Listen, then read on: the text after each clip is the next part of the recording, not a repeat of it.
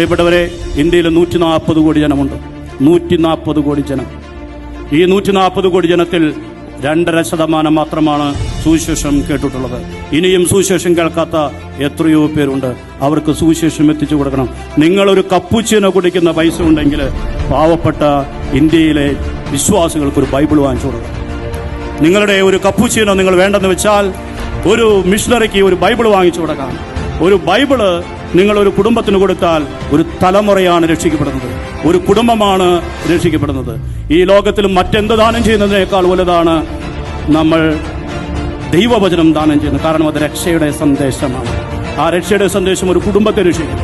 ഒരു കുടുംബം വഴി തലമുറ രക്ഷിക്കപ്പെടും. ഒരു കുടുംബം വഴി ഒരു ഗ്രാമം രക്ഷിക്കപ്പെടും. അതുകൊണ്ട് പ്രേക്ഷിത പ്രദേശങ്ങളെക്കുറിച്ച് ചിന്തിക്കുക, അവരെ സഹായിക്കുക, അവർക്ക് വേണ്ടി പ്രാർത്ഥിക്കുക. അത് നമ്മുടെയും ഉത്തരവാദിത്വമാണെന്ന് മനസ്സിലാക്കുക.